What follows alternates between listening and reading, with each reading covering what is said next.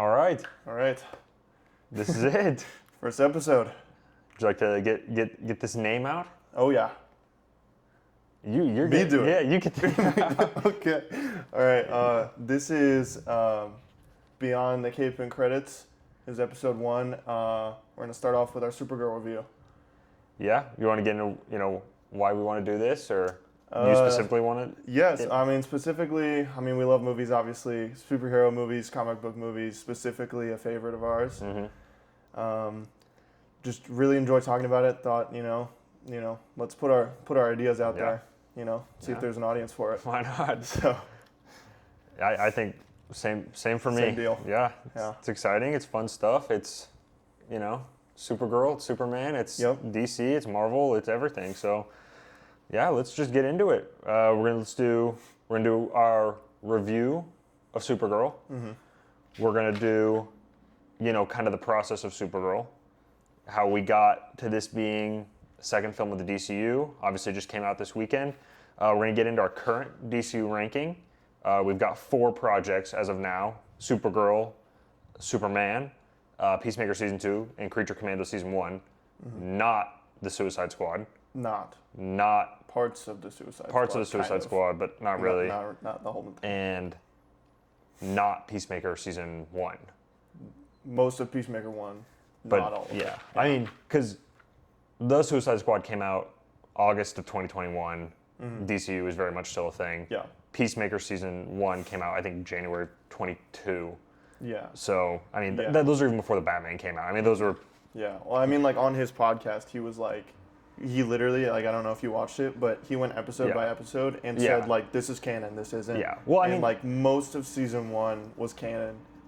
Obviously not the DCU Justice League part. But, who even showed up? Wonder Woman, Aquaman, and The Flash, they were literally in the Peacemaker Season 1 finale. Yep, and then Superman, shadowed. Yeah. Yeah. So when it came out, it was the DCE. Yeah, 100%. So they really only have 4. And it was planned for. Yeah, they really only have 4. Yeah. And then we're going to finish off with some James Gunn talk, kind of where do they go from here? Are things working? Are things not working? Are there changes that need to be made? Mm-hmm. Stuff like that. Because obviously we've got Clayface later this year, 3 or 4 months from now. But then there's not Lone Lantern's a show. It's a little different. But then we don't have anything till Man of Tomorrow. No. So yeah, it's going to be a dry spell. If there's a time to kind of fix things, it would probably be now. We might. I think he hinted at Jimmy Olsen coming out before Man of Tomorrow. But then So we'll see. But today, then he said, not filming until after Man of Tomorrow now. I thought they were filming during. No, because the original report was they're filming during in the same spot. Yeah. The report, I read it today. Yeah. Now this is from the Home of DCU Twitter account, so I don't know about but they said August or September, which is when Man of Tomorrow concludes. That's true. And they're we have no idea. They said idea. Lanterns was going to come out this year in the spring. In January. Originally it was January. Yeah. It was January, and then people said spring, and then... Yeah, so we got no clue. And then it turned into what it was, so... Yeah. All right, so let's jump into this review. Yep. Do scores out of 10. Yep. And let you go first. Supergirl, score. Directed by Craig Gillespie. Mm-hmm. Written by Anna Nagara. Yep. Score out of 10. What do you got? I'm gonna give it a hard 4. 4 out of 10. Okay. 4 out of 10. Okay. Overall, didn't really have a great time watching it. Yeah. Don't want to revisit it. Yeah. Didn't wow me really in any way that I was expecting or wanting from a movie like that. Yeah. Yeah, I'm going to join you with an exact 4 as well. I'm going to go 4 out of 10. We weren't really excited for it. It was anticipated. We loved Superman. Oh, yeah. We loved Adored Superman. I'm wearing a Superman 2025 shirt. Yeah, these are all my comics, so I got a ton of Superman stuff. The Superman 2025 cup. This is Noah's Superman. I also have the same. I have the same one. Yeah. This is obviously the Supergirl cup, $25. I still have the Superman, the thing that came on top of here. I still have it on my keychain. And this is the official shirt. That's from the DCU shop. I've got some other Superman stuff. I've got some Funkos. Big Funko. Might bring it up in the future. But we are massive fans of that movie. Oh yeah. So it blew our socks off. coming, a year later, it's not like we wanted to dislike this movie. Oh, not at all. We don't want to dislike any movie, but obviously with DC there is Snyder heads, Gunn heads, big battles back and forth.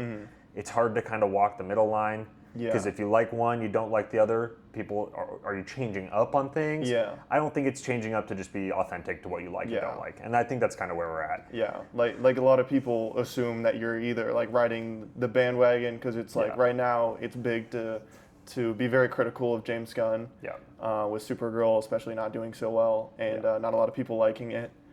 But even before, if you didn't like James Gunn, like, oh, you want the Snyderverse here. It's like, no, there's a middle ground. And like I'm in there, and I have been in there. Well, like we both have. We were in Restore the Snyderverse opinion.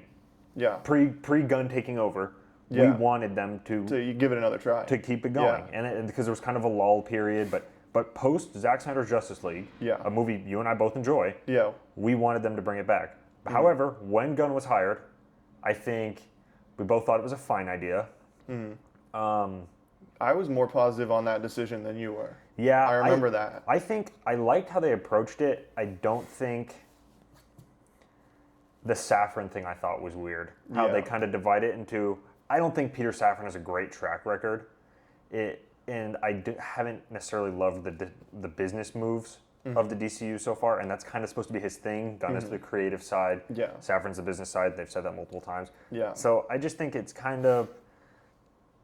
We'll see. We're going to have to keep seeing where things go from here. Definitely a little rocky. Yeah, the difficulty with that, I feel, is like there's no way of knowing how much either one of them does. Because, I mean, they can say all day long, like, Safran's the business guy. But you don't know if Gunn comes into a meeting and goes, well, I know everything. We're not doing it this way. Right. Well, and we know that Gunn said, because they offered him the full job. And Gunn said, no, you need to hire Peter as well. So kind of makes me think that he can put his foot down whenever he wants. And just tell him what to do. And it kind of makes me think that Peter's just going to do whatever he says because Peter has the job because James told them they had to give him the job. Yeah, and they're probably buddies, so. Yeah, but it's always going to be hard to know what exactly happens there. And also, there's the WB influence. Now there's the executives. Now there's the Paramount influence. So does WB even make decisions anymore? Do they not really care? We don't really know. Yeah. Because we heard now that they have this is from producer Lars P. Winther, I believe that's how you say his name. Producer on Superman, producing partner with Gunn and Safran. Yep. He said they've already met with David Ellison, who is the head of Paramount. So to me, that sounds like Paramount's taken over. Yeah. Well, and we also don't know how separate DC Studios is from WB. Like, we don't know if, they're sitting in the same building having conversations every day with each other, or if they're somewhere off just doing their own thing, and WB is just like, we trust you guys, everyone we hired here, do what you want to do. Yeah. And they just, they sign the paperwork. Yeah. So there's a lot of unknowns with it. There's a lot of unknowns. It's kind of hard to, you can only believe what people say to a certain extent. Yeah. You can't take everything as face value. Yeah, as a fact. But yeah, Let's get into more. We both gave it a 4 out of 10. We had not talked about that before, so I mean that was both of us. Obviously, we saw the movie together yesterday. Yep. But let's start with the good/solid, and I'm going to kick off the obvious one for both of us. And it doesn't feel great to say that this is the obvious great part of the movie because it comes with a lot of claims that aren't true, but it's just what people jump to. And the best part of Supergirl was Superman. Yeah. It was David Cornsweet. I mean, slightly unfortunately, but not really, because David Cornsweet is really just that good. But we already knew he was that good. Yeah. I mean, he's just top 3 casting of all time, and he's not number 3. It feels great knowing that we have a Superman that's incredible. It doesn't feel great knowing that he is by far and away. What did he have? 3 scenes. In his 3 scenes, grinning ear to ear. Yep, having a jolly old time. He's just, and we don't know if these scenes were written by Anna Nagara as well, or if they're written by Gunn, because they seemed exactly like how we saw him in in Superman. Very on brand for what we expected from the character. If they're written by Gunn, wouldn't be surprised because it seemed exactly like how Gunn had written him in the past. If they're written by Negara, that's really impressive because she did a great job carrying that part. Yeah, I feel like I want to lean more towards Gunn, specifically because of how closely he was attached to the script and how much he sung its praises. Yeah. I wouldn't be surprised if he was like, you want to have some Superman scenes in here, like I'll come help out, you know, I'll give you some notes on that. Yeah, I agree. We don't know exactly how it happened. I wouldn't be surprised if that's what it was. Though his couple bit of scenes were dynamite. And kind of leading into the next good / solid. This one's a little iffier, but it's also a little unfair. It depends how you want to look at it. So I have Millie Alcock, but kind of with a question mark, and with us to a certain extent. The things that I did not enjoy about Supergirl, it doesn't come back to her. I think there's times that she's giving a really solid performance. I think there's times that she's delivering lines that are bad, but she's making it watchable. Yeah. That happened multiple times, and that's impressive because other people don't do that. No. They deliver a cheese line, and they make it worse. Yeah. They amplify the cheese. They make it a lot worse. And I mean, a prime example would be anyone other than David Cornsweet hitting the eyes up here line. Anyone else doing that, I am rolling my eyes and going, this is the worst thing I've ever seen. He kills it. But, so it's just, I don't think she was given a great opportunity here, but I do think that she did the most of what she could. Yeah. I think that is fair to say. Yeah. I was a little hesitant. I saw a lot of people saying that she did phenomenally. Yeah. And she was, perfect casting. Yeah. And it kind of felt like it was a little buzzwordy and it felt a little inauthentic. Maybe just an initial thought, it's like you're digging for compliments. People are trying to grasp at one thing that they could be like universally be like, this is good. All these other things could be underwhelming, but this one thing it did seem to be the one thing people tried to jump at. But I thought she did a good job. I kind of in my head, kind of where I landed on it is I was comparing it to Brie Larson and her performance in Captain Marvel. And Brie Larson, no hate to her as an actress. Yeah. She has some great roles. A good actress. Yeah. Also, Academy Award winning actress. No, she's a great actress. She phoned it in completely with Captain Marvel. That's a bad performance. Especially the first one. Yeah, the first movie. I think she definitely tries harder in the second. Yeah. But she phones it. It's monotone the whole way through. It looks like she doesn't want to be there. Yeah. Millie Alcock doesn't do that. Yeah, right. Right. I mean, we'll get into this later, but they had similar issues with the character writing and overall charisma, gaining audience love and affection. Yeah. But Millie Alcock is trying where I don't think Brie Larson was with Captain Marvel. Yeah, I agree. And I think they're both put in really tough spots. I don't think the material they were... Yeah, with either of them. And I think that Alcock did the best that she could do. And then kind of the last good to solid, it's actually just kind of a culmination of those first 2 points, is just the few scenes that we have on Earth. When Supergirl crash lands and she meets Clark for the first time. Yeah. It's really good. Great scene. And then we have a scene I wasn't expecting. We had a Metropolis flashback. Yeah, I liked that scene with the feathers. And the Daily Bugle's in the back, and she's kind of like... The Daily Planet. Yes. Yeah. Yes, the Daily Planet, not the Daily Bugle. I was thinking about my Daily Bugle Lego set, actually. Yeah, no, very, very similar. Yes. Yeah. But it's kind of in the background.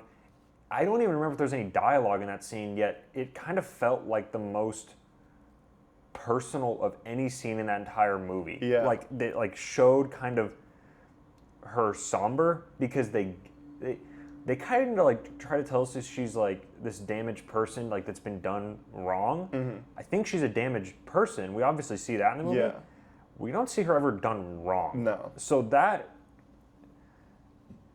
and it kind of felt like that bit was getting overplayed, and I felt like this was a really great contrast to that. Yeah. And then obviously at the very end we have back in Clark's apartment where we had that great scene with Lois in Superman.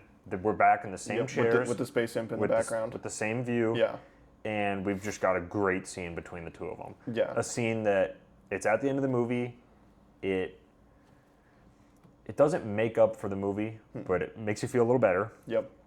And it gets you excited for Man of Tomorrow. Yeah. Because they're getting at Man of Tomorrow. Yeah, they're both going to be. So yeah. Well, I mean, he basically looks at the audience and goes, "She's coming in the next movie." Exactly. You know. But yeah. And which is funny. Yes. But I mean, I don't mind that kind of stuff. I mean, the MCU does that all the time. It's a post-credit scene that's not that's at the end of the movie. It's just the end of the movie.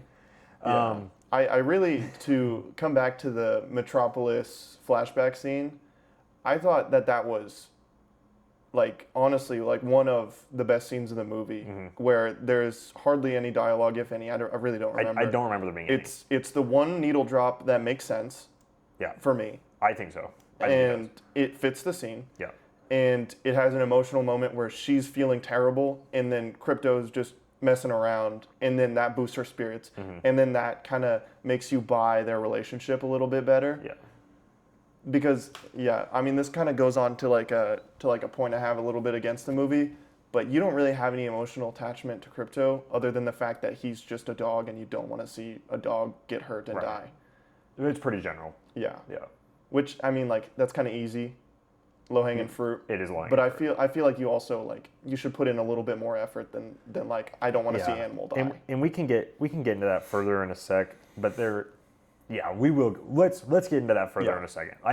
That's kind of all I had for the good/solid. I don't think you have anything else to kind of touch on there, maybe. I will say the design of the creatures, you can tell the puppets and stuff, and the makeup and stuff. Sure. Like, this is kind of a double-edged sword. I think it's really great. I don't think it lends itself to the movie at all. No, I don't think it fits at all. I agree but it's good work. Yeah. It looks good, and like the alien designs are like unique and interesting.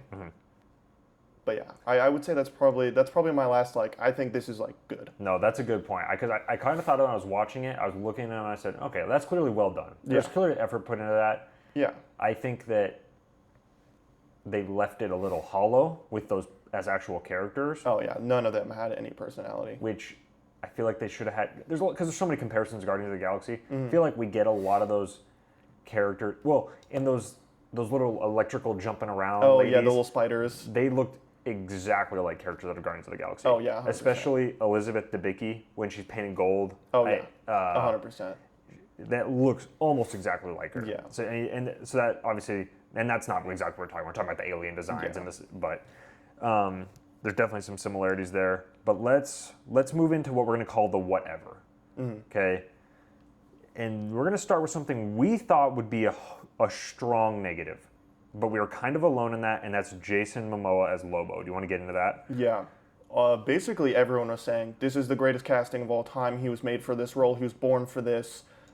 He's going to make this movie incredible. You know, this could be the worst movie of all time, but Jason Momoa is going to make me smile there. You know, people were saying that constantly. Yeah. Online, on YouTube, like literally across all platforms, you know, because like sometimes, you know, like Twitter is super like downer and doomer, and then everything else is a bit lighter. Yeah. You know, but universally, everyone was like, Lobo is the best. Jason Momoa is Lobo.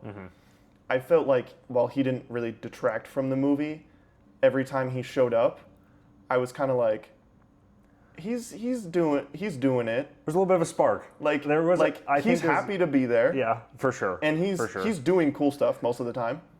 I think they could have done more. Yeah, true. I think they could have done more. It's a little underwhelming, but like when he's doing stuff, it's cool for the most part. Yeah. He brings energy to the role. He's clearly having a great time. Yeah.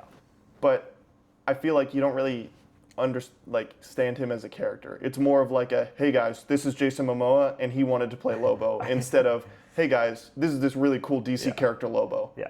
I saw one thing today. It said, I think everyone got too excited about the Lobo thing. They only said his name once in the movie. Yeah. So the average person going into that is probably saying, who the heck is this guy? Yeah, who's this random guy they keep hyping up? Because, to clarify, he's not in the source material. No. This movie is obviously based off of Supergirl, Woman of Tomorrow. Yep. Very solid comic. He's not in it. No. Apparently, Tom King had plans to put him in it, but cut him out of it. Okay. And so that was kind of the justification of, you know, maybe we'll get some retribution with this in the movie. Okay. But I don't really see where he was supposed to be put in the movie. Well, he's another guy. He had maybe 3 scenes. Yeah. He had, this is a little bit of a spoiler, Supergirl would have died if Jason Momoa did not come in and save the day at the end of the movie. Yeah, didn't love that. That part, I don't like things like that. To a certain extent. Obviously, there's going to be examples where that works. I just think in someone's opening movie, them getting saved, especially in the third act climax. In the third act climax, and a lot of the things that people have been celebrating about this movie is that it is very feminist. It's very girl boss. It's something that people really like about this movie. So then you have her kind of getting saved by Mr. Chud Boss, by Lobo. big muscly, big muscly man. douche. Yeah, I don't know if they thought that one through good enough. Because the other thing is it better if like Ruthie, a little kid, saves her in the moment? Well, probably not. But so I don't know where that line is. You probably just need to put yourself in a position where you didn't have Supergirl get down to her being held at execution point, basically. And it feels kind of like they forced that to happen, too. Right. It didn't really naturally come up of like, oh, she was backed into a corner. It feels like the script kind of was like, we want Lobo to show up and have a cool moment, so we're going to bring Supergirl down a little bit to bring him up. And that's just kind of it wasn't a weird decision. It wasn't amazing by any means. And then our next kind of whatever, we're going to do the stuff on Krypton, the stuff on, what's it called, Argo? Is that Argo City. And, the stuff with Supergirl's parents. David Krumholtz plays her father. Great actor. Great actor. No, some people I don't think know him well enough. He's obviously in the Santa Claus movies, famously. Yes. But then he's, many people did not see that he was in Springsteen last year. Yep, and he was great in that. Very, very few scenes, but he is dynamite incredible in Oppenheimer. Oh, right on the money. Every time he's in Oppenheimer, and this is crazy. Oppenheimer is one of my favorite movies ever. Yeah. But every time it's like a chuckle. It's just like it's just this soft chuckle, like this guy's just getting it. And it's funny because you hear the behind the scenes, and he was trying to imply that Nolan almost kicked him off the set because he couldn't do what Nolan was trying to give him. Yeah. But I think it was so clear that he's such a good actor. Like what he felt he had to give in those scenes was so perfect for the movie. Yeah. And so we get him. So he's an actor we both really like. Yeah. We get him in this role. It doesn't feel off by any means. We just don't get a lot of him. No, and he's the problem with that a little bit too is I respect going for fully Kryptonian dialogue. I think that's interesting. That's something new. Like, to my knowledge, they haven't done that before in anything I've seen Superman related. And it sounds like a language. It genuinely does. So whoever wrote that and the dialogue coaches that they had, great job with that. But it kind of detaches the audience a little bit when you're just sitting there reading the dialogue, And you need two really strong actors, and luckily Millie Alcock and David Krumholtz were doing a great job. But you kind of feel pulled away from it a little bit with that dialogue. It took me out of some scenes. Yeah. And again, like you said, not because it was being performed poorly. It kind of just... It felt like something they did because they were like, we can do this, and we could put a lot of effort into doing that. I don't think it actually benefited the movie. Yeah, I'm thinking it was probably an idea from... Because she's in, House of the Dragon? Is that what it's called? Yeah. They do their language in there. I don't remember what it's called. I haven't seen the show. But I'm thinking that's probably maybe where it came from, where the idea came from. Where it's like, we have Millie Alcock. Right. She can do a really good made-up language. We should just try it. Yeah. Yeah, and that kind of wraps up our... whatever. I mean, the stuff with her parents, it's difficult because that's such an integral part of the story. It kind of just randomly comes in the middle of the movie. We cut in between to get back to a lot of time. I just didn't feel anything for it. I didn't feel anything for her mother dying. No. You and I very much do not like the ending of Krypton and Man of Steel. Nope. It's the beginning of the movie. We think the planet looks really stupid. It takes way too long. There's some Mission Impossible, get the monkey skull plot. Why do we need to see this? Famously, the flying genitalia. People still are meme to this day. Yeah. And it's got Michael Shannon. It's got Russell Crowe. Michael Shannon's money in his scene, though. He's money. He's always money. But we have Russell Crowe, who's a scientist. But he can throw hands. He's kind of a boss. He's doing Mission Impossible mission. Yeah. But it's kind of weird. The point is, you and I do not like that scene. No. And So it's not like we prefer a different version to this. Mm-hmm. Well, I think I would say design-wise, I like what they did in the first Superman movie. Like the very first one. What is it, 78? 78. Okay. I like the crystals. I think that's really cool. Yeah. And I like the reflection. Like obviously we didn't get to see the whole planet. We got to see like one room. Yeah. I like that design, and I kind of assumed that's what Krypton was going to look like after Superman because of the Fortress of Solitude and it's all crystals. Yeah. And then we kind of just get this concrete, kind of feels brutalist-esque in style. And then, kind of with a yellow filter over everything a little bit. It reminded me of Thor: Love and Thunder when we go to that one planet where Russell Crowe, what is he, Zeus? Yeah, I think he is. Zeus. But it's kind of a lot of just big, empty, white, gray buildings. Yeah. And then an orangish yellow filter. It just kind of a shine to it. It's not going to connect anyone to anything. I will say I liked the costumes. I liked the all white. I thought that was done well. Yeah, it looks good. Yeah, I thought that looked like a high class civilization. Yeah. Yeah. But are we ready to kind of break into the bad? Is what we're gonna call it. Yeah, I don't think I have any more. Okay. I don't either. Not off the top of my head. The first bad I have. This is a big one for us. A lot of people have gotten at this. It's our visuals. Mm-hmm. So the first kind of thing we're going to get at here is the green screens. Yeah. Specifically some Ruthie green screens. It's almost every scene with her. It's pretty horrible. Yeah. And I can handle some poor visual moments. It doesn't ruin a movie for me. No. Let's put it that way. Superman has some visual moments. I thought probably should have been a little better. The Flash movie we actually enjoy a little bit has some horrible visual moments. So it does, but the point is it doesn't ruin a movie for us. No. It's not fun to have. We shouldn't have it, especially with a $175 million movie that they famously stated had over 1 year of post-production. Yeah. You can't have that. No. Well, you can't have it to that effect. Yeah. Like to that level. Yeah. Because we're not talking about just, like a scene here and there is like, the feathering's a little bit off or the lighting looks a little funky. Like almost every green screen, especially in that third act, is really bad. Mm-hmm. Just really bad. Mm-hmm. I don't think there's a single flight scene where I was like... Well, I have that. You have that? I don't think there's a single flight scene that looks good. We can, because there's only so much you can do with the green screens other than we can say they're not good. No, they're not well integrated. And I don't know enough about green screens to know what was wrong with it, but it felt like the subject was disconnected from the background. Yeah. And you could really tell. When they were on the third act, this final battle's on like the ship. Mm-hmm. When they're on top and the sun and the lighting's bright, it looks better. A lot better. Yeah.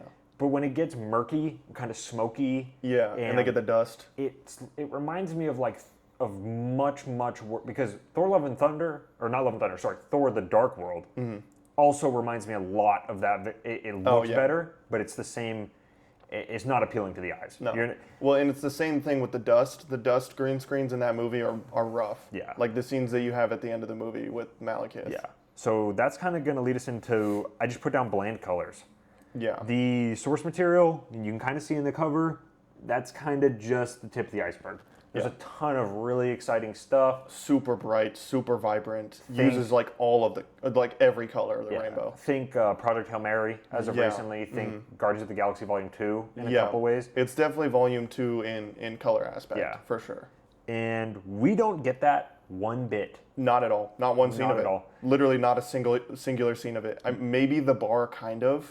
At the very beginning. I don't think it looked. I didn't enjoy that scene. I didn't enjoy how it looked that much either. Yeah, that's the most colorful scene in the movie. It's a dark dive bar. People are calling it Space Mad Max. I don't think that's a good thing. No. I wish what we had here works. Yeah. Space Mad Max. We don't. Why?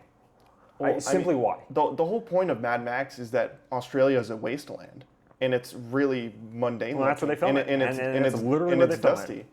So I don't understand why would you want to do that in space? I don't know. Like, space is cool. You could do anything in space. There's infinite creativity. Why would you lock yourself to the deserts of Australia? I don't know. I don't even know the next time that we can even explore this, because Man of Tomorrow, set in Metropolis, which I prefer the Metropolis setting to the space setting. Yeah. Well, especially early on. There's so much potential It's just there. it's easier to connect to. Yeah. And then I believe someone said that this untitled DC movie that Melly Alcock's Supergirl is also going to be in. Yep. Someone said it's also going to be Metropolis centered. I don't know if that's true or not, but that's also been said. So we don't actually know when we're going to, because it's not going to be in the Lanterns TV show. We're not going to explore. Definitely not. They said very loudly and very to the disdain of a lot of people. Yeah. So yeah, obviously that it's Earthbound. So we simply just don't know. Yeah. And let's move into this last kind of point I have with visuals. You brought it up. It's the close-up forehead flight scenes. They just take it out of the movie. It just doesn't work. It comes out of nowhere. It just doesn't work. You're watching the movie, and because there's some fight scenes where, let's use a visual example here. You're the camera, and you're watching her fly like that, and it's not perfect. No, but it looks fine. Not too bad. And then we cut, and it's like right there, literally right in there. the face. Nobody liked them with Superman, yet these ones were more in her forehead. Yeah. I can't even explain Well, I mean, the whole frame was like her head, and then you could barely see her body. I thought, it was that close. I thought it just looked so bad. And the way it was integrated too, like it would be a little bit more forgiving if it looked good, but it's just like, oh, that's just kind of a shot I don't really like. Like with Superman, most of the time it was just a shot I don't like, but it was integrated well enough. Yeah. Aside from like one. Yeah. But it's horrifically integrated. It's not pivotal to the plot at all, and it looks awful. It's just a bad shot. Yeah. Just through and through, just doesn't look good. Absolutely. And they do it, I think, twice at least. It's at the end of the movie. Yeah. I believe it's twice as well. It's not good. So that's kind of the visuals are, and we could harp on the visuals for an hour. Oh, yeah. It's just not very good. We can just go back and forth. Let's kind of move in to our story.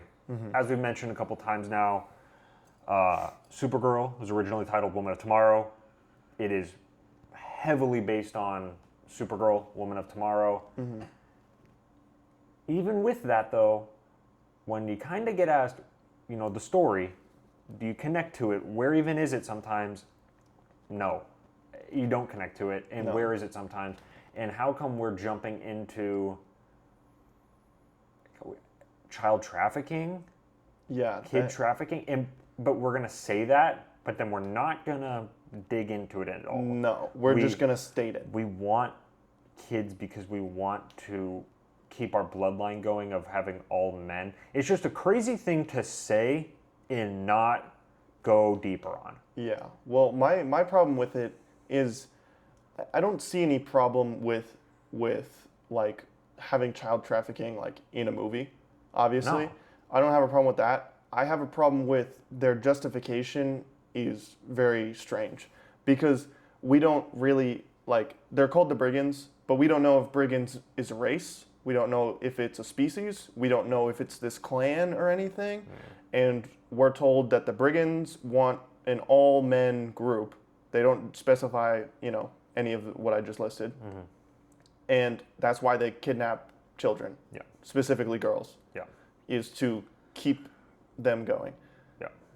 And that just doesn't make you need, I don't think you need to justify child trafficking, because some people are just sick. But you have to have, if you outline it like that, you should give me a little bit more insight into what the villains are, what they do, why they do what they do. Yeah, there's a scene where Krem, which that's a different issue in itself, is Krem. That'll come after. He's certainly underwhelming in the source material. He's substantially worse in the movie. Where he's chasing after a girl because a deal goes wrong. And the parents go to find the girl and slices the father, slices the mom, then finds the girl, cuts her neck, and then he's amped up, hyped because he did it. And it's just he's bad to be bad, and that's just not interesting. No, there's just no insight to him as a character. And that scene just wraps up who he is in this movie through and through. Oh yeah, completely. You can watch that one scene and show it to someone and say, this is who this character is. There's nothing else you need to know about him. This is all he is. And and it's hard, that clouds a lot of it, I think. Mm-hmm. We talked about earlier, they kind of have this thing of like Supergirl felt like she's been done wrong, but then we don't know how. We know her planet is gone. Her people are gone. Mm-hmm. She kind of feels lost. We get it. We all understand it. Makes complete sense. But that kind of would lead you more to think about, more depression, just doesn't want to do anything. Mm-hmm. But, she's talking about how Clark sees the good in people, she sees the truth. That line just does not make sense for what we are presented in the movie. Yeah. Well, it doesn't land if you don't have, why does she distrust people? It's not like someone betrayed Krypton and blew it up. No. Krypton blew up. It's not like someone betrayed Argo and had everyone on Argo die. She sees the actual person in people. She sees the truth. What does that mean? Where does that come from? The line doesn't make any sense because Clark would have fought the exact same people she fought in the movie. Yeah. The line to me seems like something that is written in mind for putting a trailer out. Mm-hmm. And then it very much was the prominent line of, I believe, the first trailer. Yep.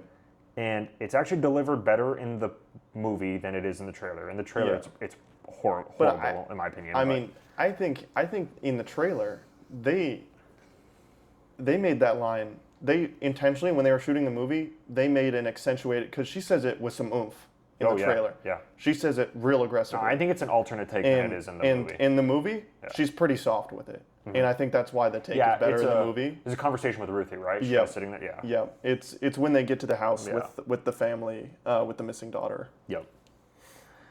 And that's kind of going to carry us into our next point, dialogue. And I'm going to give an example here. There's other ones like this in the movie. This one's kind of towards the end of the movie. To me, it symbolizes why this stuff is not working with people. Yeah. And it's Supergirl and Krem interact, and she says, "We haven't been formally introduced. I'm the bitch whose dog you shot."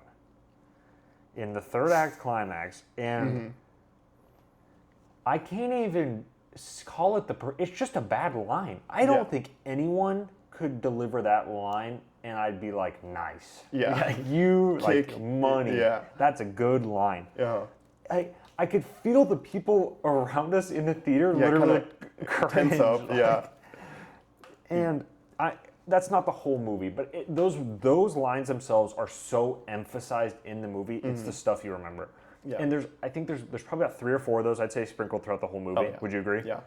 And every time it's like, wow. It's just rough to listen to. I think specifically the dialogue, there's a lot of times where I was watching and something was said and I was like, okay, I believe this character thinks this, but why? Right. You haven't shown me why. And that, like she bounces back and forth pretty often between, I am so sad that my dog is dying, and I'm just a funny, careless, whimsical girl. And it jumps between those. Yeah. Like for example, immediately after they leave, right? She yells at Ruthie leaving the planet. She's like, "Stay here, look after my dog. Like, don't follow me. You're gonna get in the way." And then they have the scene on the bus, right? And then immediately after that, she goes and eats worm poop popcorn in a Slurpee. Like, there's no urgency. That was weird.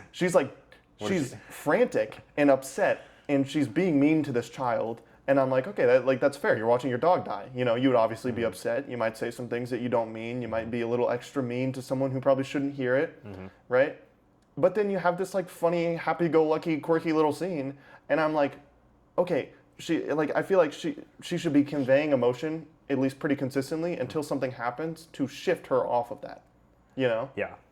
And I don't feel like that. I feel like they just back and forth the whole movie. There's definitely a tonal imbalance. Yeah, 100%. 100%. And part of these things that's wrong with the dialogue, it ties back into our complaints with the story. The stuff is just not meshing. And it doesn't flow together. It just does not flow well. The movie's not very long. It's a fairly simple story, what we get. I mean, that's kind of our complaint with it, is there's just not much in a lot. And there's things that they cut from the story, which you kind of question why they did that. So yeah, just the story and dialogue bouncing off each other. I think you can feel maybe the director didn't love the script maybe as much as James Gunn loved the script. Yeah. Maybe they had a slightly different adaptation in mind. Maybe. We don't really know. But the point is, they don't flow together very well. No. It feels like two different things kind of going on at the same time, and it kind of feels like a little bit of a push and a pull. Yeah. I agree. Yeah. Now, do we want to get into the needle drop? I will say, before we get to the needle drop, I would like to say that this movie, its soundtrack has at least 10 songs in it. Like, at least. Really? I honestly don't even remember. It's like every scene at the beginning, and then it takes a break somewhere in the second act, and then it's like 4 scenes in a row at the end. Yeah. And it's exhausting. But the Blondie song's not even in it. That baffled me. I was watching the movie and I was like, you put this in everything. You integrated this song essentially into a pseudo score for your trailer, and you don't even hint at it in the movie. I told you I didn't like that. Yeah. However, I still think that song works a lot better than other. Oh my gosh. That's just this movie famously. I mean, if we're talking about music, changed composers 3 times. Yeah. That's unheard of for a movie. And you can see that in the movie. And someone today said that is a clear sign. You know, we haven't worked in the industry. Nope. So we kind of have to take some people. I'm not going to name drop everyone. But the point is, they just said that's kind of a sign of people were disagreeing in the editing room, which makes sense. Why? Yeah. Well, I mean, that goes back to the tone thing. Yeah. Where, music conveys emotion a lot of the time. So if you can't stick on an emotion, obviously your composers are going to be lost. I mean, we've been following movies for years now. I can't remember a time, and I'm sure it's happened. I just can't remember a time a composer has dropped out of a movie while it's been filming. Yeah. Let alone it happening another time. Yeah. I mean, having 3 different composers work on a movie, it's crazy. It's crazy. Especially with the big composers. I mean, they do so many movies. Like, it's not like you're trying to nail down an actor who's real busy or a director that's really busy. You know, like composers, like they love it. They live for it. Like, think about how many movies Hans Zimmer's done or Daniel Pemberton. Like, those Pemberton's guys. popping up everywhere now. Yeah, that's what I'm saying. Those guys just do every movie, and it doesn't matter, big, small. They'll do anything. Yeah. So the fact that you went through 3 is like insane to me. Yeah, I actually hope that story comes out because I'd love to know the middleman, the second one that came in and was like, yeah, I'll take that job, and what was. They knew that someone had already left. Like, what was the breaking point for them? Yeah, what made him What dip? is going on? But anyway, the needle drop, everyone's going to harp on it. So we don't need to harp on it too much other than to the fact it's bad. It's hilariously bad.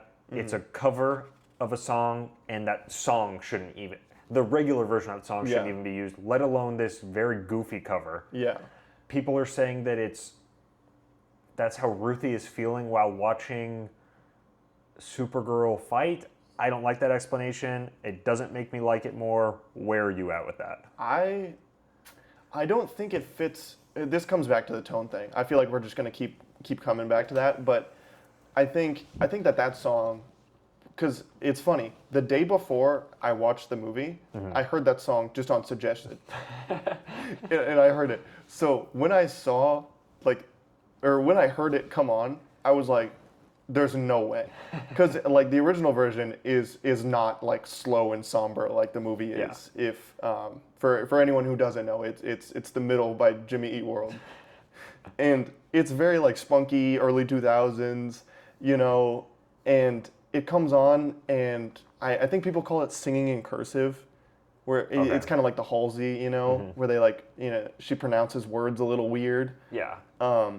and it comes on There's and a it's little more that, drama and to it. Yeah, and it's slow. Yeah. And it's like that Nirvana cover from the Black Widow movie. I was literally about to say, it sounds, but except for that one is so much better. Yeah, That one is, it's worse. And I don't think it's performed poorly or anything. Like, No. I don't think whoever sung it was like, like bad at singing, obviously. No.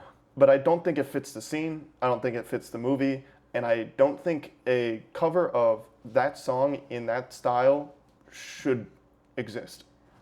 Like, I don't understand like why that's not should exist, but should be in Supergirl. I'm not sure there was ever a moment in the movie where it should have been played, let alone the slow motion third act action scene. And that's going to lead us into a next bad for us, and it is action scenes, or maybe the lack thereof of them, or just the intrigue with them.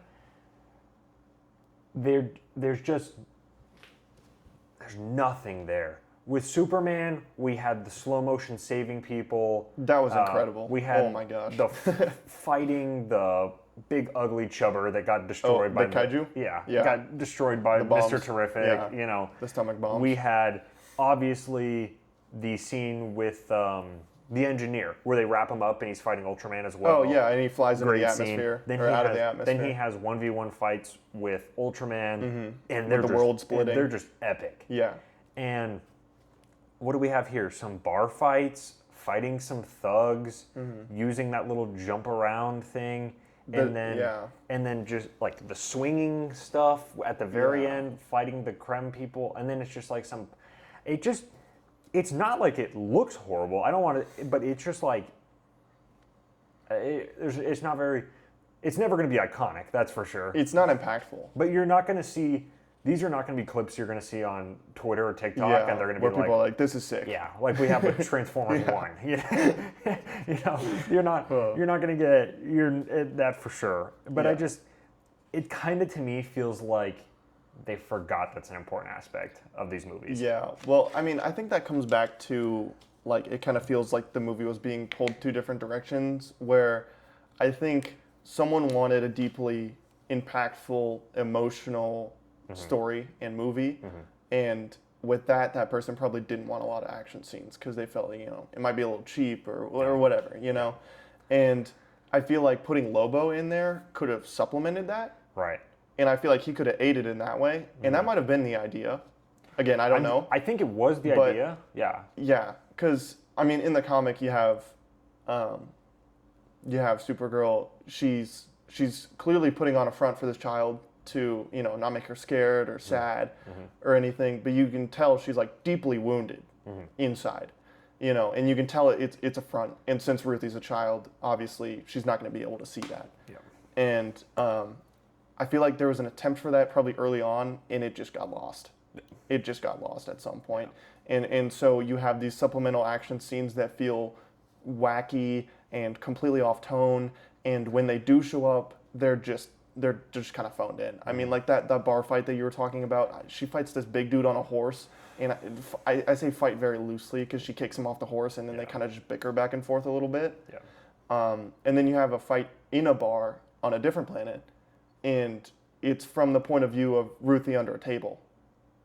Yeah, I don't like that. And that's all. That's never been fun. That's one way people use to avoid having to film hard scenes. Some people use it to avoid R ratings. But we're going to imply what's happening, but we're not actually going to show it. Yeah, we're not going to show it. And then you have her fight the ship with the tech guys after the teleporting thing. And I was thinking that, okay, maybe they're trying to save budget here, but that scene's several minutes long. And what I mean when I say save budget is that the comic had, her fight this like dragon made of fire. And I'm like, clearly that would be a little tough. But the scene goes on for several minutes. Yeah. And she's fighting in space in fully CG environments. So it's like, was that really a budget saving thing, or did they just like not want to do it? Yeah. Yep. So, again, when the action hits, it's weak. So it's just kind of sad. Yeah. Especially in the third act with it. The third act is probably the ugliest part of the movie, visually. Yeah. Because of the dust. So you have her throwing Krem around, which is cool choreography in in theory, because she's like spinning him around and throwing him into the dirt and dragging him, but it's covered with this dust screen and with these shoddy VFX, and so it kind of just pulls you out of the scene where you're like, this could be cool. I'm struggling to attach to anything going on here. Yeah. Well, at that point, this is kind of going to wrap up our review of Supergirl, but you get that point in the theater, it's kind of like, let's wrap up the movie. Yeah. Then she obviously kills him, which is different than the comic. Mm-hmm. There's a lot of different perspectives on that. At that point, the movie had done its damage. Yeah. Long before. So a lot of people are saying it's a fantastic movie up until that scene. I think that's kind of a cope. I think you'd agree. Yeah. The movie had long lost me by that point. Yeah. That it doesn't. Well, I mean that I feel like that's kind of because you know how a lot of people watch a movie and a movie will be wildly uninteresting, and then it'll have a killer third act, right? And then people will love it. I mean, Every action movie ever. Bullet Train is the example that I'll use. Bullet Train is beloved by so many people. So many. That movie. So many coworkers. That movie is a snooze fest until the third act, and I will admit the third act's great. Yeah. It's awesome. Yeah. But oh my gosh, nothing happens. Yes. And I feel like this movie is like the opposite. Like the movie is like not good the whole time, and then the third act comes, and the third act does something abysmally terrible. Yeah.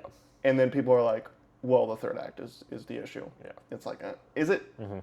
I mean, the reverse of this happened with The Flash. The Flash has two, I would say, good acts, and then the third act is the beginning of the third act. Yeah. The desert action scene, specifically. It is like the worst I've ever seen. Like it's up there with literally the worst I've ever seen. And so people point at the whole movie and they say the whole movie sucks, which I mean we kind of hinted at this earlier, but we don't think that. I don't think that. We don't think that. I think there's solid aspects of The Flash. Yeah. Anyway, that's my point on that with the ending. Yeah. Are you good with your thoughts on Supergirl 2026? Some final thoughts I will say, because this isn't like super relevant.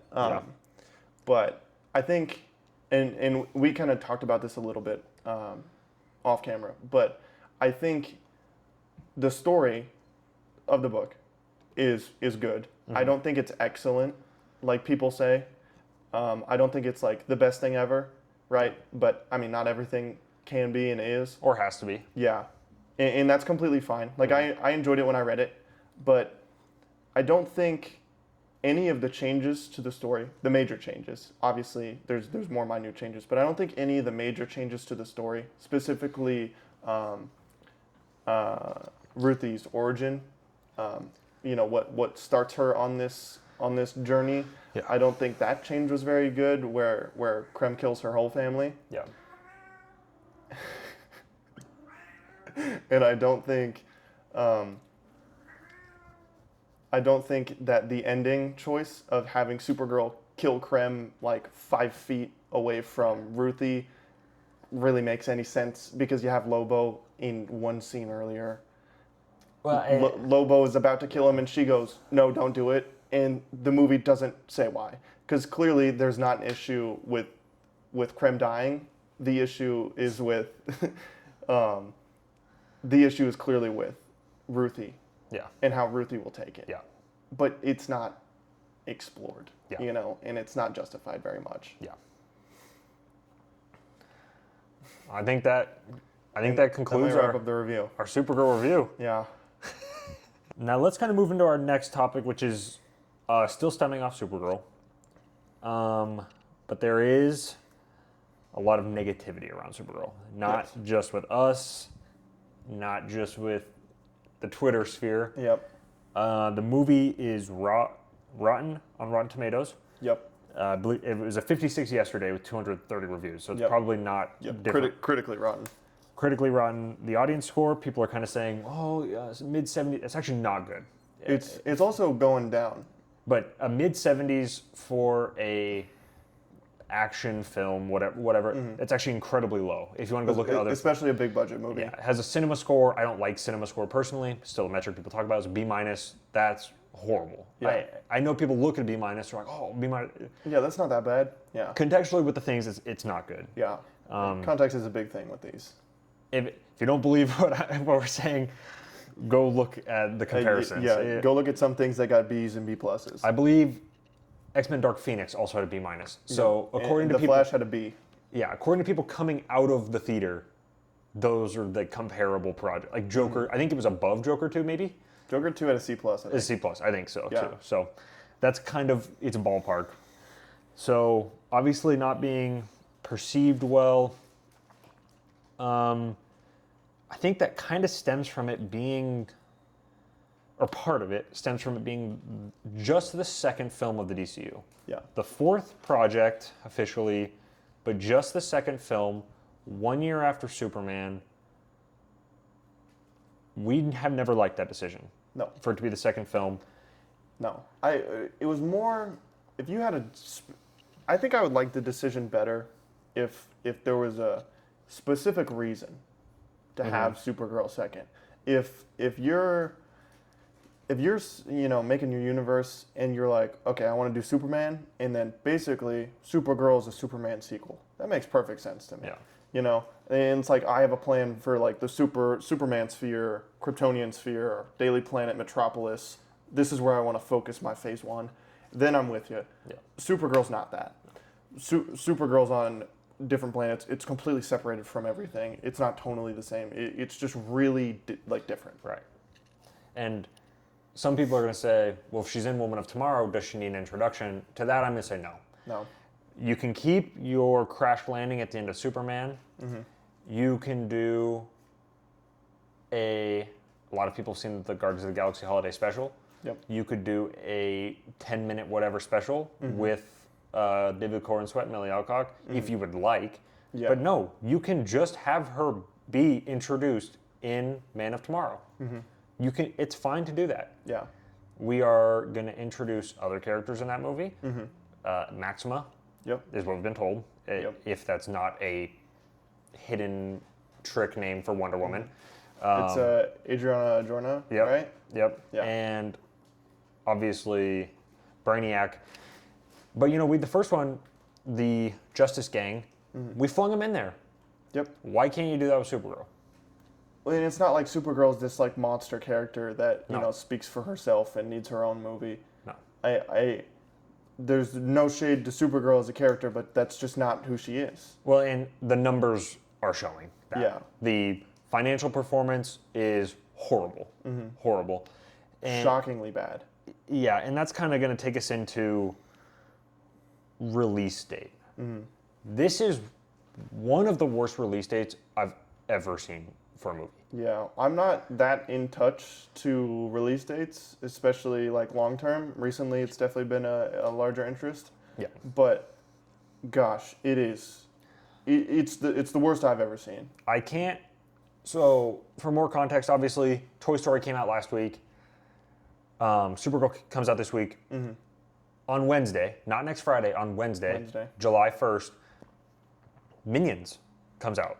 $1 billion franchise. So Supergirl is losing almost all of its premium screens on Wednesday. So it's not even getting a full week of premium screens. That's terrible. You do not make a $175 million movie plus whatever they spent on it on marketing. Sometimes it's the budget again. You do not spend that much money to get only 30 to 50 person theaters. You just don't do it. These movies do not do that. And to make it even worse, it's not even getting all the premium screens. For example, we go to a major movie theater. It's actually one of the largest movie theaters in the country. Has 20 screens. It has IMAX and Dolby. It's a huge theater. It's multi-floored. So it's got it all. It had one Dolby showing. It's the showing we went to. One Dolby showing on opening day, 9:45 at night. Not the prime time. You want to know why? Because Toy Story took the rest of them. But then by Wednesday of next week, it'll have no Dolby, it'll have no IMAX. That is catastrophic. And not only... Well, and our theater wasn't even full. It wasn't even almost full. No. What would you say? Like... Half. Yeah. Half. I was about to say like a third to a half full. I think it was a half. I think by the end it was a half. And some people are going to say, well, maybe the movie can leg out. Well, the first problem with that, the word of mouth for this movie is not going to be good. Awful. It already is bad. Movies don't leg out unless you have great word of mouth and not enough, not a lot of people saw it at opening weekend. Yeah. Like, for example, Obsession, that's why it made more in its second and its third weekend, which is unheard of. Yeah, insane. You're not going to see that here. You're going to see a movie open to maybe $40 million. That's less than the Marvels. It's bad. It's less than $15 the Flash. million less than the Flash. This is domestically, of course. When you say opening weekend, you're almost always talking about the domestic box office. If you're talking about the worldwide opening weekend, you always specify worldwide opening weekend. Yeah. And you do that because movies don't all open at the same time in all places. Yeah. So you go off the domestic, then you can go off the worldwide, but it's less of an indicator. So when you just say opening weekend, it's domestic, just for clarification. I feel like lending legs to kind of comes back to the fact of, I mean, we talked about this the other day, but the Conjuring movie that overperformed last year around Halloween time, it overperformed because it came out in a lull and it didn't have to compete with anything. It had so long to just sit there and be like the movie to watch. Yeah. And Supergirl has the exact opposite of that. Right.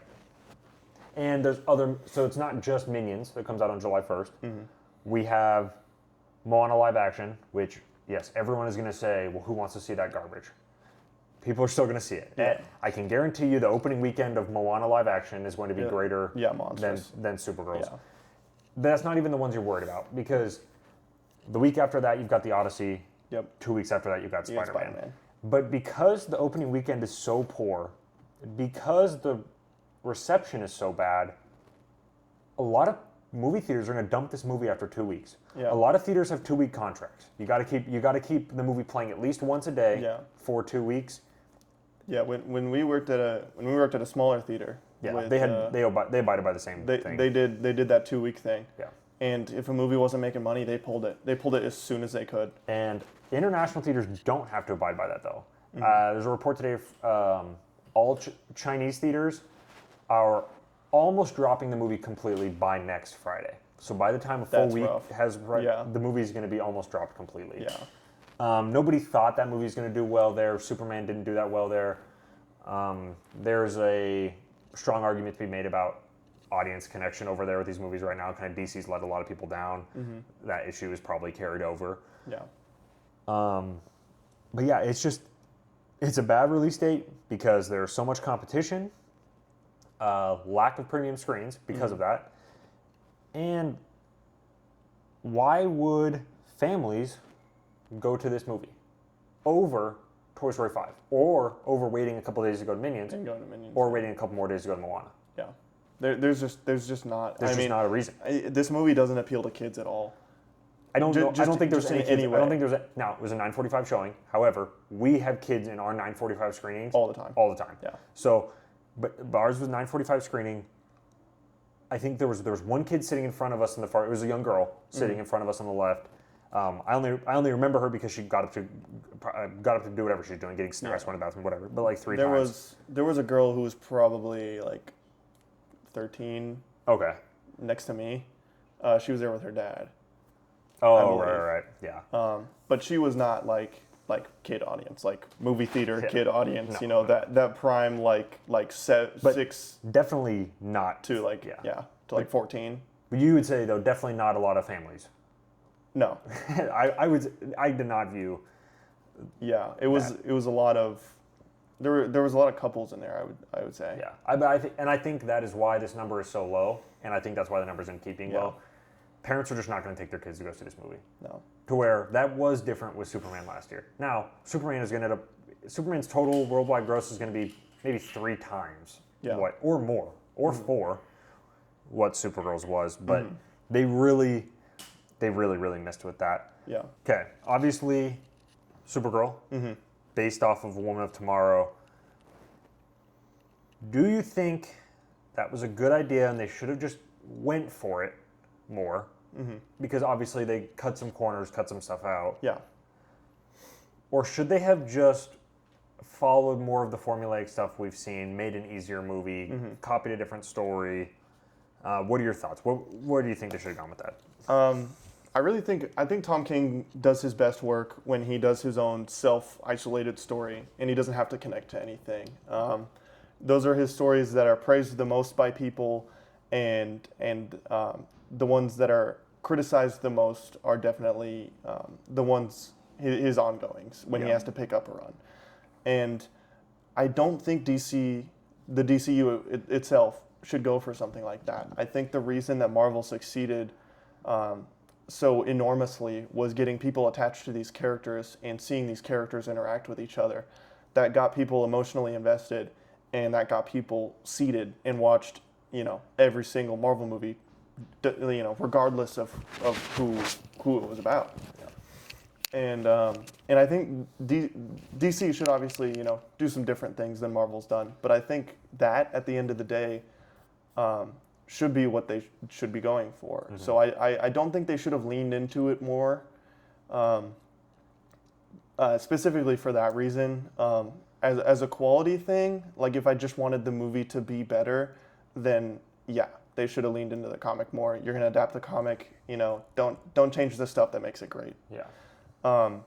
But honestly, I think the movie would have played better with audiences. I think it would have made more money. I think it would have made more sense. Kind of like how I was talking about earlier, if they just did a movie, this is like Superman 1.5. Right. And that's safer, but that keeps the money rolling. That keeps your audience coming in. Yeah. And you build from there. Like this whole universe, it should just be like a slower build, a safer build, especially at the start. Yeah. Yeah. I don't think adapting comics or trying to one-to-one them with movies, it's going to work just about never. Yeah. And I don't think we're going to see it again now because so many complaints are about that exact thing. Yeah. So that's kind of my 2 cents on it. I don't think it's a good idea to do it generally. I think it works better with TV shows. I think you'd say the same thing. Yeah. Well, specifically animated TV shows. I mean, people say this all the time. It's kind of overdone at this point, but the whole manga anime debate about, American comics and then, comic book movies. Yeah.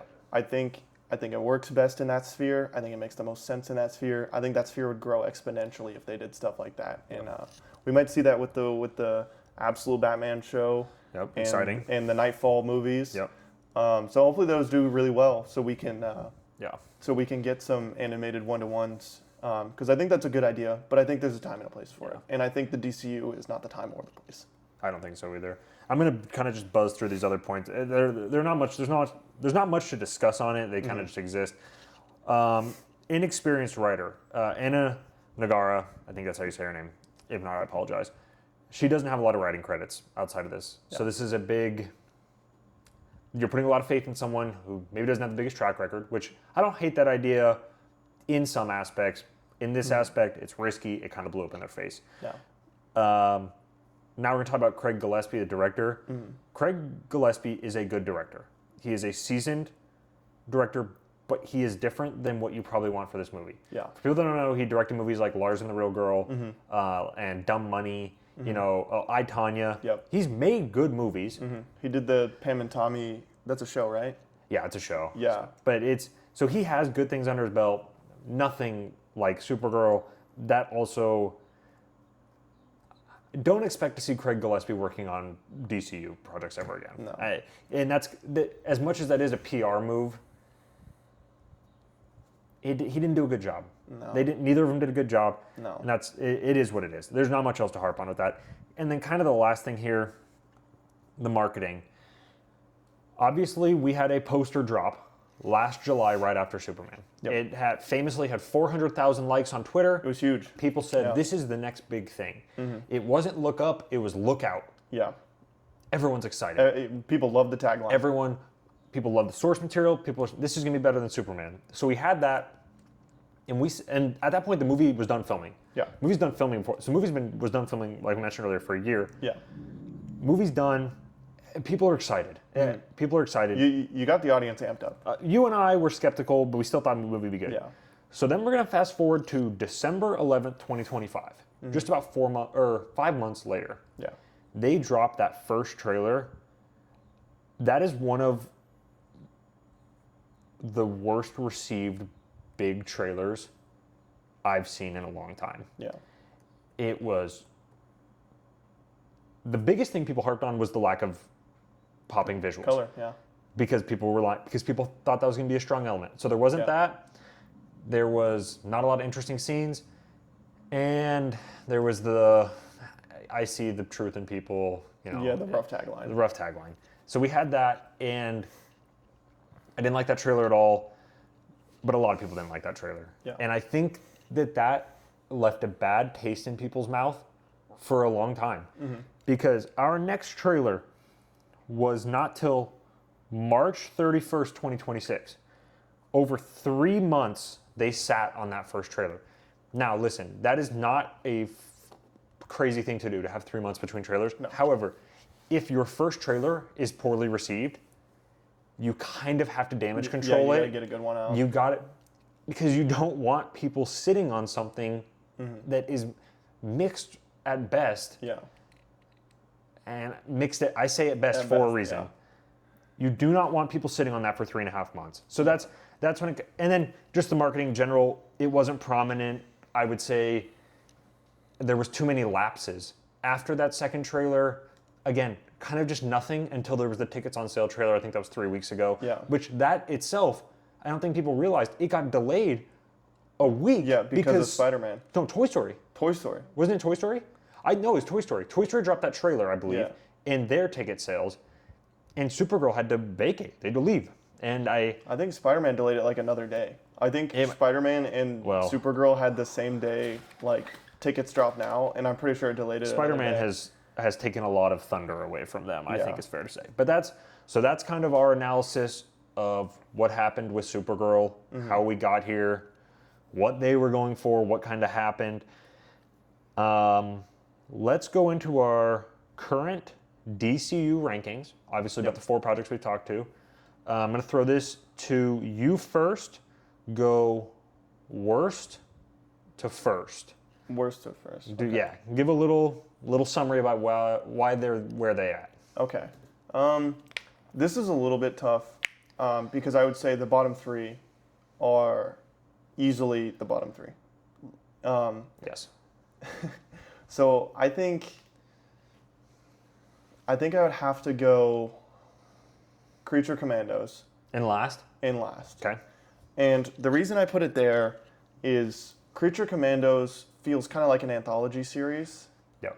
Where each episode is a backstory for one of the different characters.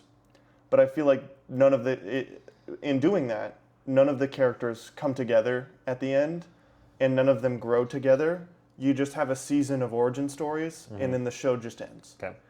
And I feel like, as far as plot goes, that's just, you lost me completely. There's no plot. Yeah. It's just backstories. I didn't think it was, And so that's why I put it at the bottom, because it just feels like the most disjointed to me, and the most, out of order. I think after that, I think I have to put Supergirl. Yeah. I was shocked it wasn't last place. Yeah. Maybe there's a little bit of recency bias, and that plays a factor. Yeah. But continue. But yeah, I mean, for the reasons we already basically listed, I think Supergirl kind of fails to emotionally get you attached. It failed to entertain me.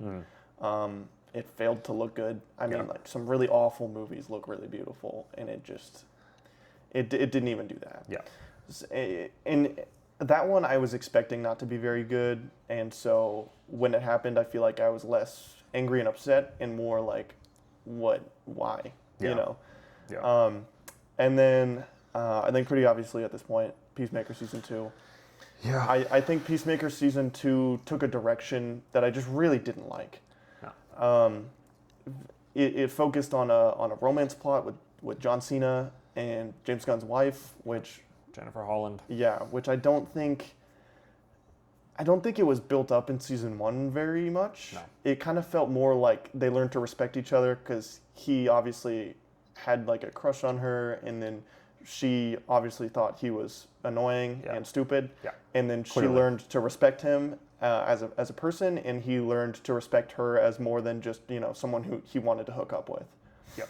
And the second season takes that and says, actually, they're soulmates. And it just threw me for a loop. It just lost me completely. Like, that's the heart of the season. Yeah. And when that's your whole season and it's just super weak and I'm just not into it, I'm just not into it.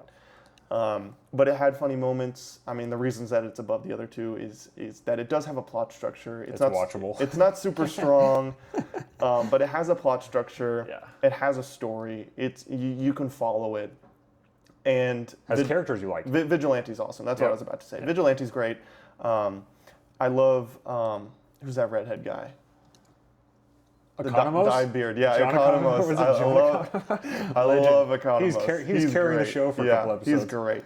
Yeah. So it had aspects that I liked. I mean, honestly, the other two projects, I just didn't really like any of it. Yeah. And then obviously Superman at number 1. I mean, I have it as 5 stars. It speaks for itself. Yeah. It's so emotionally deep, and it has, a top 3 comic book casting of all time. Yeah. It has an incredible score. Yeah. It has great soundtrack, great characters. Absolutely. It just does it all for me. Yeah. So yeah, that's kind of how my ranking is, and honestly, I really want more at that top end. I want more to try to compete with Superman, and I'm just not seeing that. No. All right, Sue, want me to jump into mine here? Yeah, I'd love to hear it. Let's go. We're gonna do Supergirl last. Yeah. And with what I have in third place, they're not that far off of each other.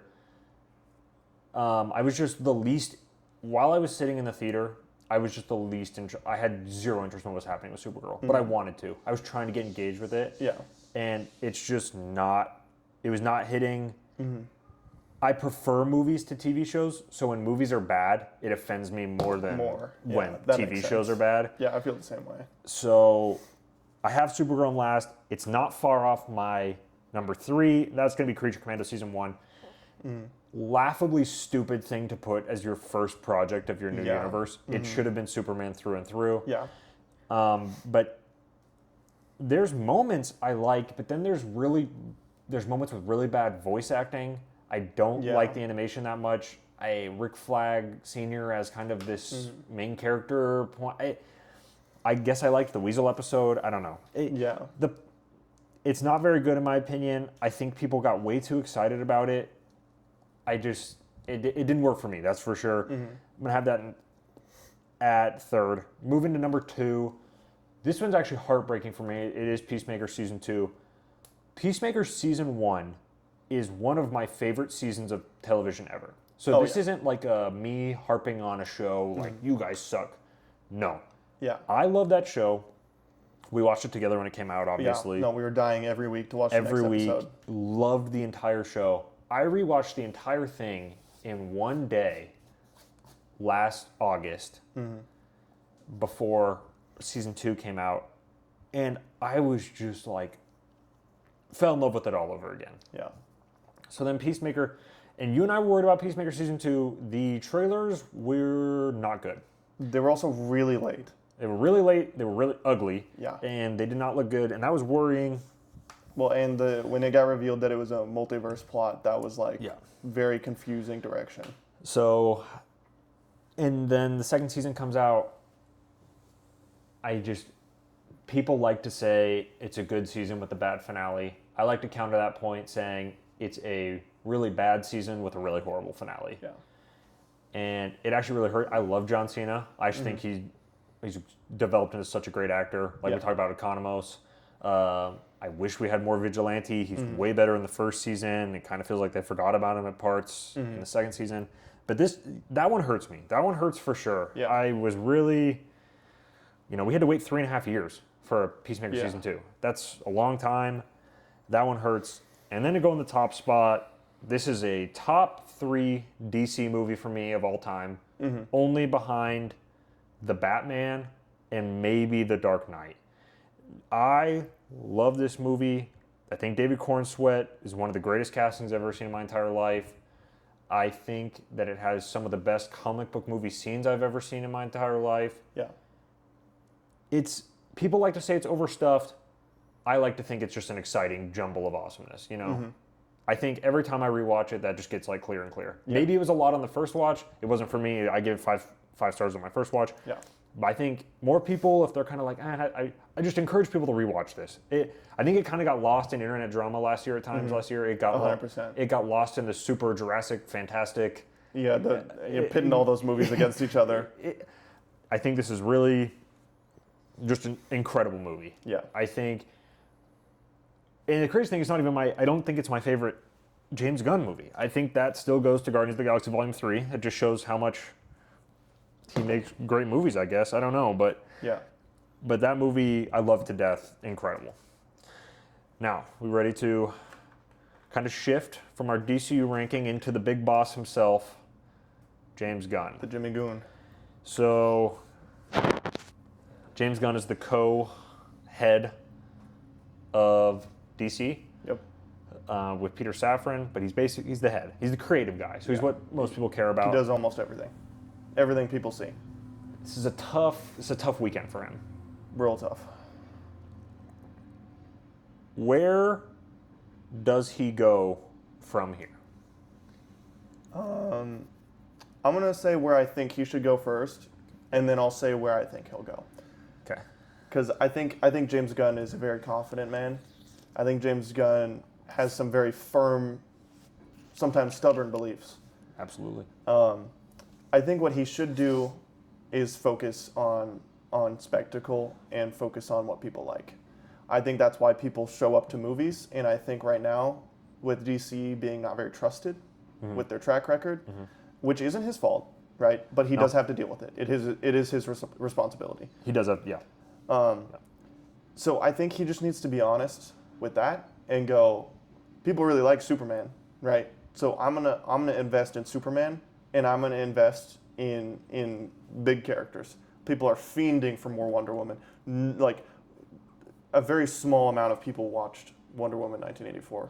A lot of people didn't even know it existed. It went straight to streaming. It killed it. It was awful. Yeah. It was a terrible movie. For context, it came out on December 25th, 2020. Yeah. It got dumped on that. It really would happen. It played in like 5 theaters. Not a lot of people saw it. The people that have seen it, nobody remembers it. Yeah. It was bad, but for sure. But yes, that movie's lost to time, obviously. And so I don't really think that counts negatively towards, let's get a Wonder Woman project out there. I don't think so either. I don't think that would affect its box office sales. I don't think that would affect its, people watching it. I don't think that would affect it critically at all. So I would say focus on building your core members, right, and your projects that are going to bring people to the theaters. Yeah. Right? So then you can lay a strong foundation, like what the MCU did. You lay a strong foundation of trust, and then you can come in and you can start experimenting and you can throw other stuff in there. I would start with Superman, Wonder Woman, then I would do Batman, right? And then I would sprinkle in Green Lanterns, like shared in projects. I wouldn't drop an entire movie. I don't think that's a great idea. Yeah. I would sprinkle in The Flash. I would sprinkle in hints of, like maybe Aquaman. Really just fill your universe, build it up, and build it up by taking these huge pillars and these huge characters that people will show up no matter what for. Yeah. And that's how you get people to go, hey, Barry Allen The Flash is what, everyone's seen, with multiple iterations. You come in, right, you go see Man of Tomorrow, and you see Wally West Flash show up. And then you have him be this absolute monster tornado of charisma, and people go, wow, where was this? Yes. And then that's how you get your audience to trust you. So when you want to put out a Flash movie or a Flash TV show or whatever, they go, oh, James Gunn did the Flash, great. I'll take a risk here. It's stuff like that. And you do that with Green Lantern, you do that with Aquaman, you do that with everybody. Yeah. Right, everybody you're so on, in the first part of your universe, you do that, and then you just build to a Justice League movie. You take your time with it, but that's where you're going. But it's getting dangerous, though. That's where you're going. Yeah. That's where you should go, right? And I think that's his biggest struggle. I think his biggest struggle is getting people to show up, and I think his biggest struggle is having a creative focus. And I think doing what I just said would center him a little bit, and it would build up his money, and then he could do everything he wanted after he gets past that hump, because you have to beat that. You have to get your audience back, and you have to have money. Yeah. But what I think he'll do, I think he'll double down on his plan. I think he's going to do what he thinks is right, and what he thinks is right is I'm going to make the scripts or make the movies of the scripts that I think are good, and eventually, people will see it, think it's good, and they'll show up. And I think that's a very naive way of looking at it. Yeah. I think it's tough. If any weekend is going to show him that he needs to operate differently, it's this weekend. It's what's happening right now. I'm going to kind of get into our director versus studio head. Obviously, James Gunn, as we mentioned, co-head of DC. Yeah. Also, going right now, he's the most prominent director we have of the DC. Made Superman, and he's directing Man of Tomorrow. I think that he is a dynamite director. I think he has one movie, one CBM I have under a 4.5 stars. That's Guardians of the Galaxy Volume 2. He has 3 CBMs I'd give a 5-star. That's Guardians of the Galaxy Volume 3, Superman, The Suicide Squad. I don't think there's anyone doing it like him in his way. I don't think he's the best CBM director of all time. But I do think he is one of one in the way he operates. Yeah. Now, he's got to be one of the worst studio heads I've seen. Yeah. And he's pretty much on level with... DC swapped hands a lot of times before it went to Gunn. Yeah. I don't think that he's showing any sign that he's better at what he's doing from a studio head standpoint than those guys. So what I wish he would do, because he says he's the creative aspect of the studio, and John Campea actually brought this up. He's brought it up multiple times, but he brought it up, I believe it was yesterday.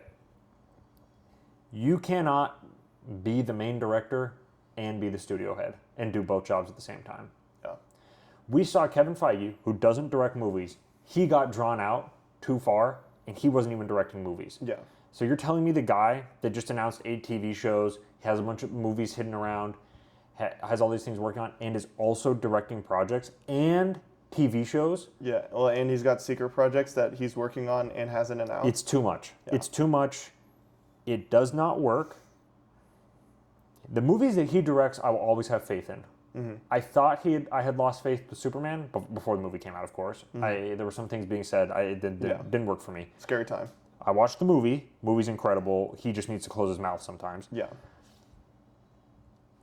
But I think that if they do not figure out a different method with how he is a studio head, I could definitely see the universe going into some darker paths. Yeah.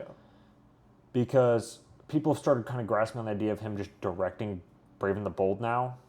I don't think that's a good people have idea. also grasped onto the idea of you have to wait for Batman until Matt Reeves' trilogy is done. That is a ridiculous idea. Matt Reeves' universe probably will not be done till 2032.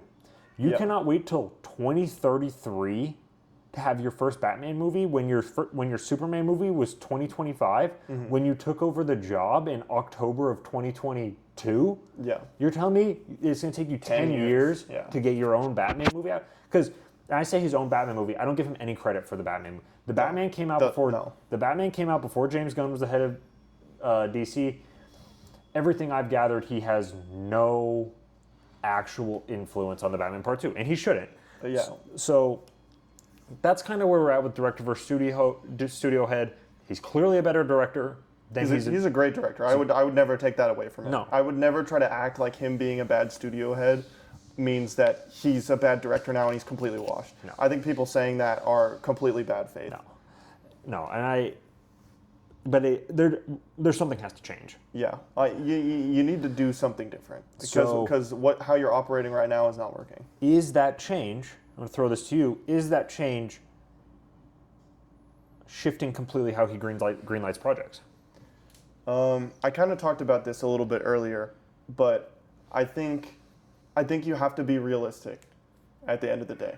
I think in a perfect world, right, everyone's on time and everyone gives you a great script the first time, right? That's a perfect world. As we know, especially with comic book movies, that doesn't happen. Yeah, it doesn't happen every time. Yeah. Right? So you need to know where you want to go, and I think you have to take the steps to go there. And you can't leave it up to chance. Yeah. right? Because that's exactly what he did with Supergirl. He said that the script was, I'm pretty sure he said, and like literally like quote, like incredible. Yeah. And clearly something happened with it. And that either means that the script he read from the beginning wasn't that good, or it got lost at some point later down the road. We don't know. No. Right? But, so I think that perfectly highlights the idea that he thinks, you know, I'm just going to say, hey guys, throw me scripts. Throw me scripts with DC characters. You know, if I like it, we'll make your movie. Yeah. I think that's a horrible idea, right? And I think because of how long production can get, how complicated production can get, and how the business operates and what DC is right now, which is not trusted and not loved by the general audience, you can't do that. You're not in a place where you can do that. Marvel's not even in a place where they can do that now. No. Right? And Marvel's the MCU is the most profitable and successful movie franchise of all time. It's not even close, bar none. Right? And they're the most successful, and they can't even do that. So what makes you think that you can do that? And they might never be able to do it again. They probably won't. They probably won't. They experimented with it and failed miserably. Really, really poorly. So, yeah. So I also think that it's way too early, and he's already doing too many projects. He's already thrown too much out there. Yeah. Because his thing isn't just the DCU. The DCU is his brain, right? But he's still the creative head. He's still greenlighting those 8 animated TV shows that were announced 2 days ago. Oh, no, it goes through him. You know, and he's still doing all of that stuff.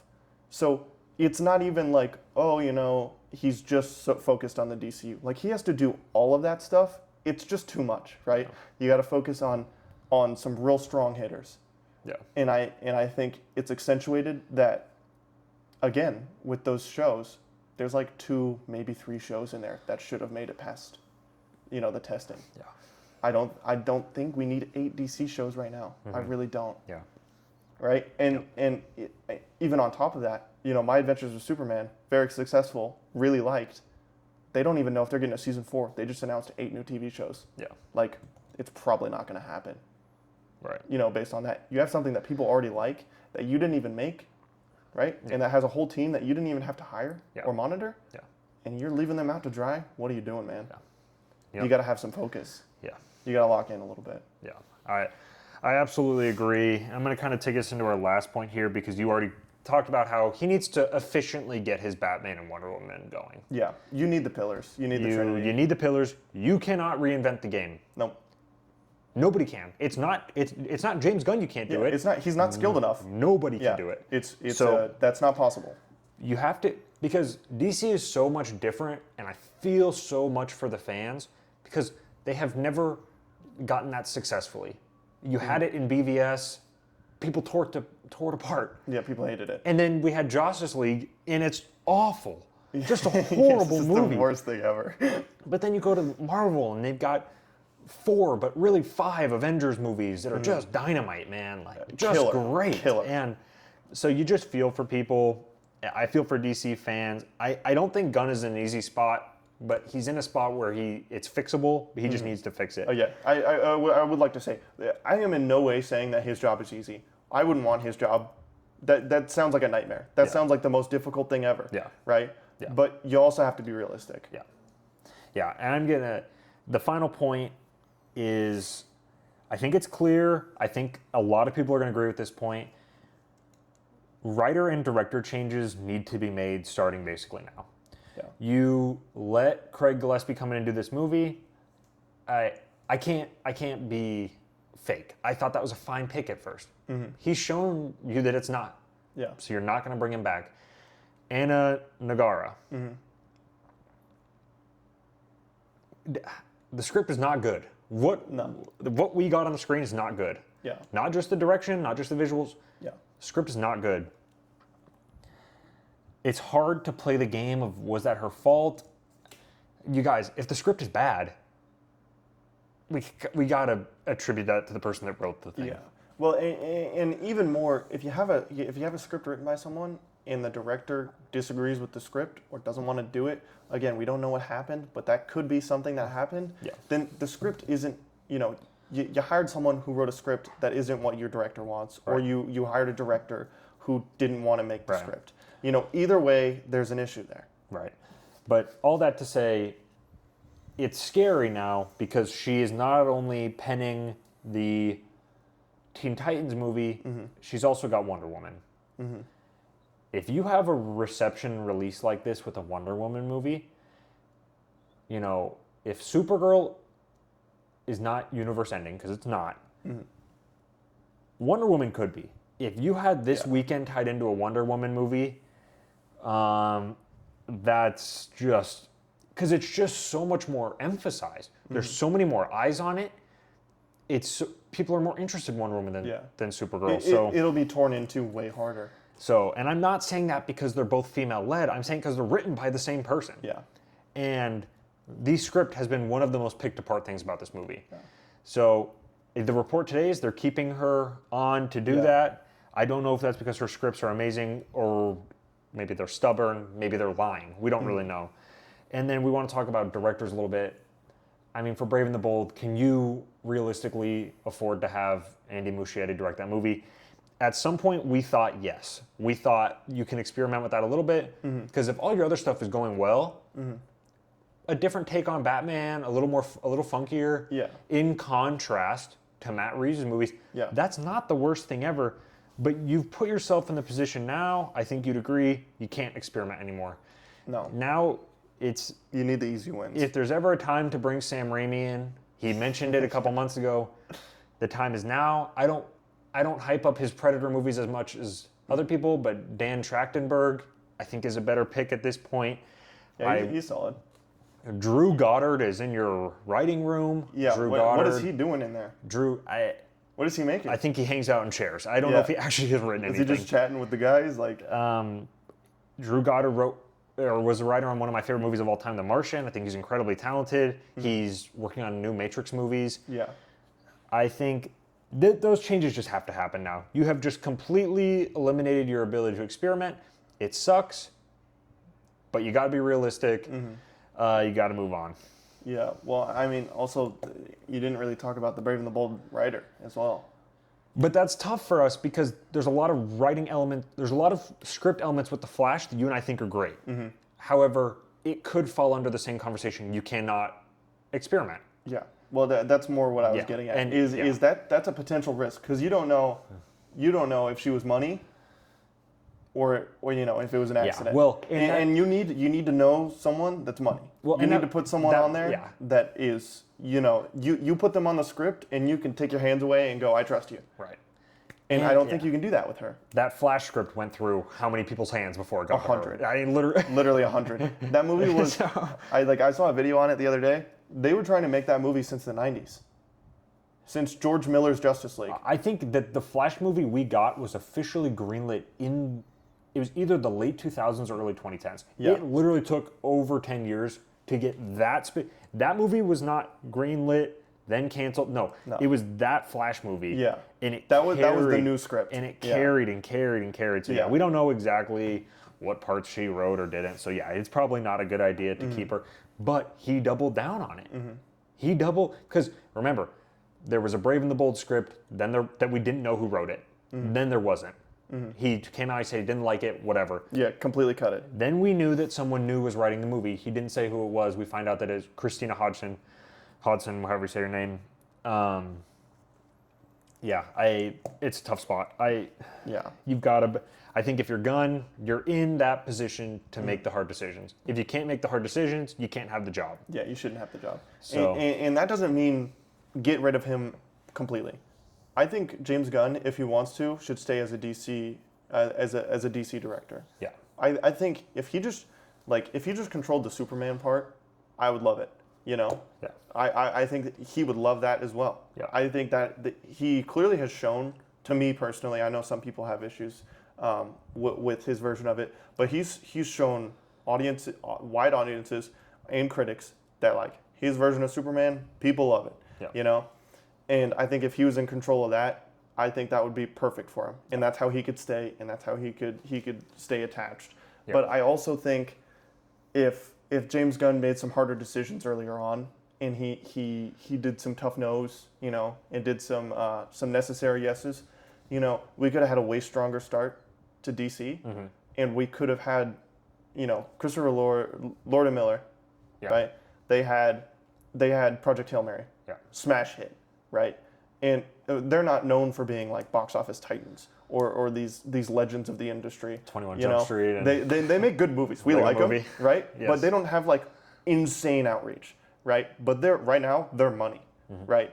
And they're continually money. I mean, Spider Noir not going to be watched by like a ton of people, but people loved it. The people that did watch it, it was good. It's a great show, right? And you have those guys even today fiending to make a Flash movie, and you're not in a place where you can say yes to that, but you could have been if you made harder decisions earlier on. Yeah. If you set your DCU up better, you could have had a smash hit with a Wonder Woman movie this weekend instead of Supergirl. And you could have said, Lord Miller, welcome to the DCU, make your Flash movie. Yeah. Right? And it could have made, like, you would have been just fine. Yeah. You wouldn't have, another failure because you would have had trust, you had money, you would have had a direction. Yeah. Right? So I just think in doing this, you're not only, putting out bad products, you're also killing potential. Yeah. Because Lord and Miller, at some point, they're going to be too busy. When you want them, they're going to be gone. Right. Or they're going to get disinterested. Right. You don't want to do that. You don't want Drew Goddard to go, well, I'm making the Matrix movies now, man. I can't come help. Right. You don't want that. You want to say, Drew Goddard, you want to get him on the phone, and you want to get him, in the writing room. Yeah. And right now, the way he's running things, he's killing his potential. Yes. He's killing everything. Yes. Yeah, I agree. I think it's a tough spot, but it's a doable fix. Yeah.